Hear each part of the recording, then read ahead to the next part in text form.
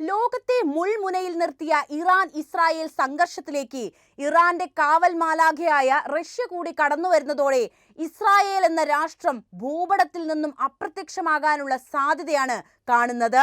ഇസ്രായേലിന് ചിന്തിക്കാൻ പോലും സാധിക്കാത്തത്ര അതിമാരക പ്രഹരശേഷിയുള്ള റഷ്യയുടെ സാത്താനായ സാർമറ്റ് ICBM പുറത്തെടുത്താൽ തീരാവുന്ന പകിട്ട് മാത്രമേ ജൂതരാഷ്ട്രത്തിന് ഇന്നുള്ളൂ. അമേരിക്കയുടെ ധൈര്യത്തിൽ ഇറാനോട് കളിച്ചപ്പോൾ ഇസ്രായേൽ മറന്നുപോയി ഇറാനെ ഒരാപത്തിലും കൈയൊഴിയാത്ത ഒരു സഹോദരനുണ്ടെന്ന്. അതെ, സാക്ഷാൽ റഷ്യ സംഘർഷത്തിലേക്ക് എത്തുന്നു എന്ന വാർത്തകൾ കൂടി വന്നതോടെ ഇസ്രായേലിന് ബുദ്ധി ഉപദേശിച്ചു കൊടുത്ത അമേരിക്കയുടെയും ഉറക്കം കെടുത്തുന്ന രാത്രികളാണ് വരാനിരിക്കുന്നത് എന്ന് ലോകം തിരിച്ചറിഞ്ഞു കഴിഞ്ഞു. നമുക്ക് വിഷയത്തിലേക്ക് വരാം. അതിനു മുൻപ് ഒരു ചോദ്യം ചോദിക്കട്ടെ. റഷ്യ ഈ യുദ്ധത്തിലെത്തിയാൽ എന്തായിരിക്കും ഇനി സംഭവിക്കുക? നിങ്ങളുടെ അഭിപ്രായം ഇപ്പോൾ തന്നെ കമന്റ് ചെയ്യണേ. നമുക്ക് നേരെ വീഡിയോയിലേക്ക് വരാം. വർഷങ്ങളായി ഇറാൻ കാത്തിരുന്ന ദിനങ്ങളാണ് ഇപ്പോൾ കടന്നു പോകുന്നത്. ഇസ്രായേൽ തന്നെ അതിനുള്ള മരുന്നിട്ട് കൊടുക്കുകയും ചെയ്തു. ഇറാനെ ആക്രമിച്ച് പശ്ചിമേഷ്യയെ മുഴുവൻ മുൾമുനയിൽ നിർത്തിയ ഇസ്രായേൽ നടപടിയെ ചരിത്രപരമായ മണ്ടത്തരം എന്നാണ് ഇപ്പോൾ ലോകം തന്നെ വിളിക്കുന്നത്. യുദ്ധം ചെയ്ത് മതിയാകാതെ വന്നപ്പോൾ അമേരിക്ക ഓതിക്കൊടുത്ത വേദവാക്യവും കേട്ട് ഇറാന്റെ മുന്നിലേക്ക് പോയപ്പോൾ ഇസ്രായേൽ ഇത്രയും വലിയ പ്രത്യാഘാതങ്ങൾ ഒന്നും തന്നെ പ്രതീക്ഷിച്ചിട്ടുണ്ടായിരിക്കില്ല. ചുമ്മാതിരുന്ന ഇറാനെ അങ്ങോട്ട് പോയി ചൊറിഞ്ഞ് പണി വാങ്ങിയ ഇസ്രായേലിനും എല്ലാത്തിനും പിന്നിൽ ചരട് വലിച്ച അമേരിക്കയ്ക്കും സർവനാശം വിതച്ചേ ഇനി ഇറാൻ അവസാനിപ്പിക്കുന്നു എന്നാണ് പുറത്തുവരുന്ന റിപ്പോർട്ടുകൾ പറയുന്നത്. എന്ത് പ്രശ്നമുണ്ടായാലും ഇറാന് കാവൽ മാലാഖയായി എത്തുന്ന റഷ്യയുടെ ഈ വിഷയത്തിലെ നിലപാടാണ് ലോകം ഇത്രയും നാൾ ഉറ്റുനോക്കിക്കൊണ്ടിരുന്നത്. അടുത്ത കാലത്തായി അമേരിക്കയുമായി റഷ്യ ആരംഭിച്ച സൗഹൃദം ഇറാൻ വിഷയത്തിൽ പ്രതിഫലിപ്പിക്കുമോ എന്ന സംശയം പല ഭാഗത്തു നിന്നും ഉയർന്നു വന്നുവെങ്കിലും അതിനെയെല്ലാം കാറ്റിൽ പറത്തിക്കൊണ്ട് തന്നെയായിരുന്നു റഷ്യയുടെ എൻട്രി. എന്തു വന്നാലും ഇറാനെ കൈവിടാൻ റഷ്യ ഒരുക്കമല്ലെന്ന് പറയാൻ തക്ക ചങ്കൂറ്റം റഷ്യൻ ഭരണാധികാരിക്കുന്നുണ്ട്. എന്നാൽ ഒരിക്കൽ യുദ്ധത്തിലേക്ക് ഇട്ടുകൊടുത്ത് പിന്നെ കൈ കഴുകിയ അമേരിക്കൻ നയമല്ല റഷ്യയുടെയും റഷ്യൻ പ്രസിഡന്റ് പുടിന്റെയും എന്നത് ലോകമിതാ തിരിച്ചറിഞ്ഞു കഴിഞ്ഞു.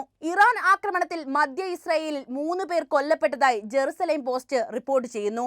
ഇറാനിയൻ ഭരണകൂടത്തെ അസ്ഥിരപ്പെടുത്താൻ ഇസ്രായേൽ സജീവമായി പ്രവർത്തിക്കുന്നതായും ഇസ്രായേൽ മാധ്യമങ്ങൾ തന്നെയാണ് റിപ്പോർട്ട് ചെയ്യുന്നത്. ഇറാനിൽ ഇസ്രായേൽ ഉണ്ടാക്കിയ നാശനഷ്ടങ്ങളെക്കാൾ എത്രയോ മടങ്ങാണ് ഇറാൻ ഇസ്രായേൽ ഇപ്പോൾ ഉണ്ടാക്കിയിരിക്കുന്നത്. വ്യോമ പ്രതിരോധ ശക്തിയിൽ ലോകത്തിന് മുന്നിൽ അഹങ്കരിച്ചിരുന്ന ഇസ്രായേലിന് തുടർച്ചയായ 2ാം ദിവസവും കനത്ത ആഘാതം തന്നെയാണ് ഇറാന്റെ സൈന്യം വരുത്തിയത്. ഈ ആക്രമണ പരമ്പര ഇനിയും തുടരാൻ തന്നെയാണ് സാധ്യതകൾ. ഗാസയിലും ലബനനിലും സിറിയയിലും യമനിലും ഉൾപ്പെടെ ഇസ്രായേൽ നടത്തിയ നരനായാട്ടിന്റെ ആത്മവിശ്വാസത്തിലാണ് ഇറാനിലേക്ക് ഇസ്രായേൽ കടന്നു ചെന്നത്. എന്നാൽ പശ്ചിമേഷ്യയിൽ കുറച്ചു വർഷങ്ങളായി മുസ്ലിം ജനതയെ ലക്ഷ്യമിട്ട് ജൂതരാഷ്ട്രം തുടരുന്ന വംശഹത്യയോട് പ്രതികാരം ചോദിക്കാനുള്ള അവസരമായിട്ടാണ് ഇറാൻ ഇപ്പോൾ ഈ സംഭവത്തെ നോക്കിക്കാണുന്നത്. മാത്രവുമല്ല, അറബ് ലോകം പോലും ഗാസയിൽ മൗനം പാലിച്ചപ്പോൾ അതിനെതിരെ സംസാരിക്കാൻ തയ്യാറായത്, ശബ്ദമുയർത്താൻ തയ്യാറായത് ഇറാനാണെന്ന് ഓർക്കണം. ഇത് ലോകത്തെ മുസ്ലിം സഹോദരങ്ങൾക്കിടയിൽ ഇറാനോടുള്ള മതിപ്പ് വർദ്ധിപ്പിച്ചിട്ടുണ്ട്. ഇത്രമാത്രം പിന്തുണ ഇറാന്റെ ചരിത്രത്തിൽ ആ രാജ്യത്തിന് ഇതുവരെ ലഭിച്ചിട്ടുമില്ല. ലോകത്തെ ഇസ്ലാം മത വിശ്വാസികളുടെ സൂപ്പർ ഹീറോയായി ഇറാന്റെ പരമോന്നത നേതാവ് ആയത്തുള്ള ഖമേനി മാറിക്കഴിഞ്ഞു.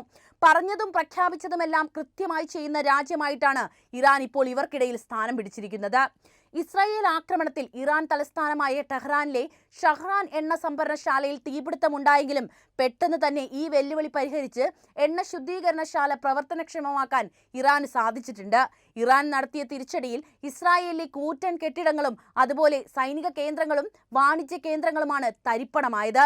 ഈ ആക്രമണത്തിൽ നിരവധി പേർ ഇതിനകം കൊല്ലപ്പെടുകയും ചെയ്തിട്ടുണ്ട്. പരിക്കേറ്റവരെ കൊണ്ട് ഇസ്രായേൽ ആശുപത്രികൾ നിറഞ്ഞു കവിഞ്ഞ സാഹചര്യമാണുള്ളതെന്നും റിപ്പോർട്ടുകൾ സൂചിപ്പിക്കുന്നു. സംഘർഷം നീണ്ടു നിന്നാൽ അത് ഇസ്രായേലിന്റെ നിലനിൽപ്പിനെ തന്നെ ബാധിക്കാനുള്ള സാധ്യത ഏറെയാണ്. യുദ്ധം എങ്ങനെ രാജ്യത്തെ ജനതയെ ബാധിക്കുമെന്ന് തിരിച്ചറിയാതെ ചിന്തിക്കാതെ നടപ്പിലാക്കിയ നീക്കത്തിൽ ഇപ്പോൾ ഇസ്രായേൽ ഭരണകൂടത്തിനും ഖേദമുണ്ടായി കാണും. മാത്രവുമല്ല, എല്ലാ ഒത്താശയും ചെയ്യാൻ നിന്ന അമേരിക്കയും സഖ്യകക്ഷികളായ ഫ്രാൻസും ഒക്കെ തന്നെ സ്വന്തം തടി തപ്പിപ്പോകാനുള്ള സാധ്യതയും അവിടെ നിലനിൽക്കുന്നുണ്ട്. ഇസ്രായേലിനോടൊപ്പം ചേർന്നാൽ ഈ രാജ്യങ്ങളുടെ പശ്ചിമേഷ്യയിലെ മുഴുവൻ താവളങ്ങളും ആക്രമിക്കുമെന്നാണ് ഇറാൻ മുന്നറിയിപ്പ് നൽകിയത്. ഇതിനായി ഇറാൻ മിസൈൽ ഇസ്രായേലികളും വിന്യസിച്ചു കഴിഞ്ഞു. അമേരിക്ക ഇടപെടുമെന്ന് കരുതി ആക്രമണത്തിന് തുടക്കമിട്ട ഇസ്രായേലിനെ വെട്ടിലാക്കുന്ന നീക്കം കൂടിയാണ് ഇറാന്റെ ഭാഗത്തുനിന്ന് ഇപ്പോഴുണ്ടായിരിക്കുന്നത്. അതേസമയം ആണവായുധ നിർമ്മാണവുമായി മുന്നോട്ട് പോയ ഇറാൻ ഇപ്പോൾ മറ്റൊരു തന്ത്രപരമായ നീക്കമാണ് നടത്തുന്നത്. ഇറാൻ അധികം താമസിയാതെ തന്നെ റഷ്യയുമായി പ്രത്യേക സൈനിക കരാറിൽ ഏർപ്പെടുമെന്നാണ് പുറത്തുവരുന്ന വിവരം. നിലവിൽ ഉത്തര കൊറിയ, ബെലാറസ് രാജ്യങ്ങളുമായാണ് റഷ്യക്ക് ഇത്തരം സൈനിക കരാറുള്ളത്. ഈ കരാർ പ്രകാരം ഈ രാജ്യങ്ങൾക്ക് നേരെ എന്ത് ആക്രമണം ഉണ്ടായാലും പ്രതിരോധിക്കാനെത്തുന്നത് സാക്ഷാൽ റഷ്യയാണ്.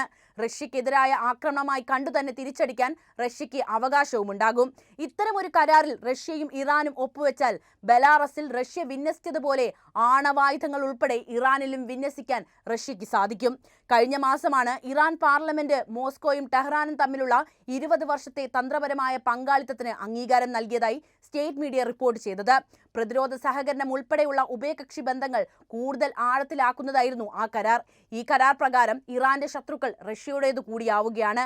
റഷ്യൻ പ്രസിഡന്റ് വ്ളാഡിമിർ പുടിനും ഇറാൻ പ്രസിഡന്റ് മസൂദ് പെസഷ്കിയാനും ജനുവരി 17 തന്ത്രപരമായ പങ്കാളിത്ത രേഖയിൽ ഒപ്പുവെക്കുകയും ചെയ്തിട്ടുണ്ട്. ലോകത്തിലെ ഏറ്റവും കൂടുതൽ ആണവായുധങ്ങൾ കൈവശമുള്ള രാജ്യമായ റഷ്യ ഇറാൻ ഇത്തരം ഒരു കരാർ ഉണ്ടാക്കിയാൽ അത് ഇസ്രായേലിന് മാത്രമല്ല അമേരിക്കയ്ക്കും വലിയ ഭീഷണി തന്നെയാണ് ഉണ്ടാക്കുക. അമേരിക്ക ഇറാനെ ആക്രമിക്കുന്ന ഒരു സാഹചര്യം ഉണ്ടായാൽ റഷ്യയ്ക്കും ഇടപെടേണ്ടതായി വരുമെന്ന് ഡൊണാൾഡ് ട്രംപുമായുള്ള ഫോൺ സംഭാഷണത്തിൽ പുടിൻ വ്യക്തമാക്കിയ വിവരവും ഇതിനകം തന്നെ പുറത്തു വന്ന കാര്യമാണ്. ഇസ്രായേലിനെ ഇറാൻ ആക്രമിച്ചാൽ ഇറാനെ ആക്രമിക്കുമെന്ന് വീമ്പിളക്കിയ ട്രംപ് ഇപ്പോൾ പറയുന്നത് തങ്ങളുടെ താവളങ്ങൾ ആക്രമിക്കരുത് എന്ന് മാത്രമാണ്. ലോകരാജ്യങ്ങളിൽ റഷ്യൻ പ്രസിഡന്റ് വ്ളാഡിമിർ പുടിനുമായി ഏറ്റവും അടുത്ത സൗഹൃദം പുലർത്തുന്ന നേതാവായാണ് ഇറാൻ പരമോന്നത നേതാവായ ആയത്തുള്ള അലി ഖമേനി അറിയപ്പെടുന്നത്. ഖമേനിയുടെ ക്ഷണം സ്വീകരിച്ച പുടിൻ ഇറാൻ സന്ദർശിക്കാനിരിക്കെയാണ് ഇസ്രായേൽ ഇറാനിൽ ആക്രമണം നടത്താനിരിക്കുന്നത് എന്നതും ശ്രദ്ധേയമാണ്. റഷ്യയുമായി ഇറാൻ കൂടുതൽ അടുക്കുന്നതിനെ ഏറ്റവും കൂടുതൽ ഭയപ്പെട്ടതും ഇസ്രായേൽ തന്നെയാണ്. ഇറാന്റെ ആണവ കേന്ദ്രങ്ങൾ ലക്ഷ്യമിട്ട് ആക്രമണം നടത്തിയ ഇസ്രായേലിനും അവരെ അതിന് പ്രേരിപ്പിച്ച അമേരിക്കയും റഷ്യയുടെ സൈനിക താവളം ഇറാനിൽ വരാനുള്ള സാഹചര്യമാണ് നിലവിൽ സൃഷ്ടിച്ചിരിക്കുന്നത്. ഇറാൻ റഷ്യയുമായി അത്തരം ഒരു കരാർ ഒപ്പിടുകയാണെങ്കിൽ പശ്ചിമേഷ്യയിലെ സൈനിക ബലാബലത്തിനും പ്രകടമായ മാറ്റം വരും. റഷ്യ കൂടി ഈ ചിത്രത്തിൽ കടന്നു വരുന്നതോടെ പശ്ചിമേഷ്യയുടെ ഭൂപടം മാറി മറയാൻ പോവുകയാണ്.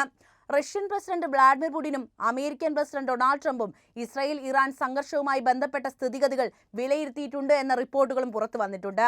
ഇറാനുമായി ശക്തമായ സാമ്പത്തിക സൈനിക ബന്ധം വികസിപ്പിച്ചെടുത്തതിനുള്ള റഷ്യ പതിറ്റാണ്ടുകളായി മിഡിൽ ഈസ്റ്റിൽ സൂക്ഷ്മമായ ഒരു സന്തുലിതാവസ്ഥ നിലനിർത്തിയ രാജ്യമാണ്. ഈ വാരാന്ത്യത്തിൽ ഇറാനിയൻ ആണവ സൈനിക കേന്ദ്രങ്ങളിൽ ഇസ്രായേൽ നടത്തിയ വ്യോമാക്രമണത്തിൽ ഉന്നത ജനറൽമാരും ആണവ ശാസ്ത്രജ്ഞരും കൊല്ലപ്പെട്ടിട്ടുണ്ട്. അതിനാൽ തന്നെ മേഖലയിൽ ഇരു കക്ഷികളുമായി ബന്ധം നിലനിർത്തുന്നതിന് മികച്ച നയതന്ത്ര വൈദഗ്ധ്യം ആവശ്യവുമാണ്. എന്നാൽ ഏറ്റുമുട്ടൽ അവസാനിപ്പിക്കാൻ സഹായിക്കുന്നതിന് റഷ്യയ്ക്ക് ഒരു പവർ ബ്രേക്കറായി മാറാനുള്ള അവസരങ്ങളും ഇത് തുറന്നേക്കാം. മാത്രവുമല്ല, ഇസ്രായേലും ഇറാനും തമ്മിലുള്ള ഏറ്റുമുട്ടലിൽ റഷ്യ ശ്രദ്ധ കേന്ദ്രീകരിക്കുന്നത് ഉക്രൈനിലെ യുദ്ധത്തിൽ നിന്ന് ആഗോള ശ്രദ്ധ തിരിക്കുമെന്നും റഷ്യൻ നിരീക്ഷകർ ചൂണ്ടിക്കാണിക്കുന്നു. ഇസ്രായേൽ പ്രധാനമന്ത്രി ബെഞ്ചമിൻ നെതന്യാഹുവുമായും ഇറാൻ പ്രസിഡന്റ് മസൂദ് പെസഷ്കിയാനുമായും സംസാരിച്ച റഷ്യൻ പ്രസിഡന്റ് വ്ളാഡിമിർ പുടിൻ സംഘർഷം കുറയ്ക്കാൻ സഹായിക്കാമെന്ന് വാഗ്ദാനം ചെയ്തിട്ടുണ്ട്. പെസഷ്കിയാനുമായുള്ള ഫോൺ സംഭാഷണത്തിനിടയിൽ ഇസ്രായേൽ ആക്രമണങ്ങളെ അപലപിച്ച പുടിൻ അനുശോചനവും രേഖപ്പെടുത്തി. ഇറാനിയൻ ആണവ പദ്ധതിയുമായി ബന്ധപ്പെട്ട സാഹചര്യം പരിഹരിക്കുന്നതിന് ലക്ഷ്യമിട്ടുള്ള പ്രത്യേക സംരംഭങ്ങൾ റഷ്യ മുന്നോട്ട് വെച്ചിട്ടുണ്ടെന്നും അദ്ദേഹം ചൂണ്ടിക്കാണിച്ചു. ഇസ്രായേൽ ആക്രമണങ്ങളെ ഒരു തരത്തിലും സ്വീകരിക്കാനാകില്ലെന്നും ഈ പ്രകോപനത്തിന്റെ എല്ലാ അനന്തരഫലങ്ങളും ഇസ്രായേൽ നേതൃത്വത്തിന്റെ മേൽ വരുമെന്നും മുന്നറിയിപ്പ് നൽകിക്കൊണ്ടാണ് റഷ്യൻ വിദേശകാര്യ മന്ത്രാലയം ശക്തമായ ഒരു പ്രസ്താവന പുറപ്പെടുവിച്ചത്.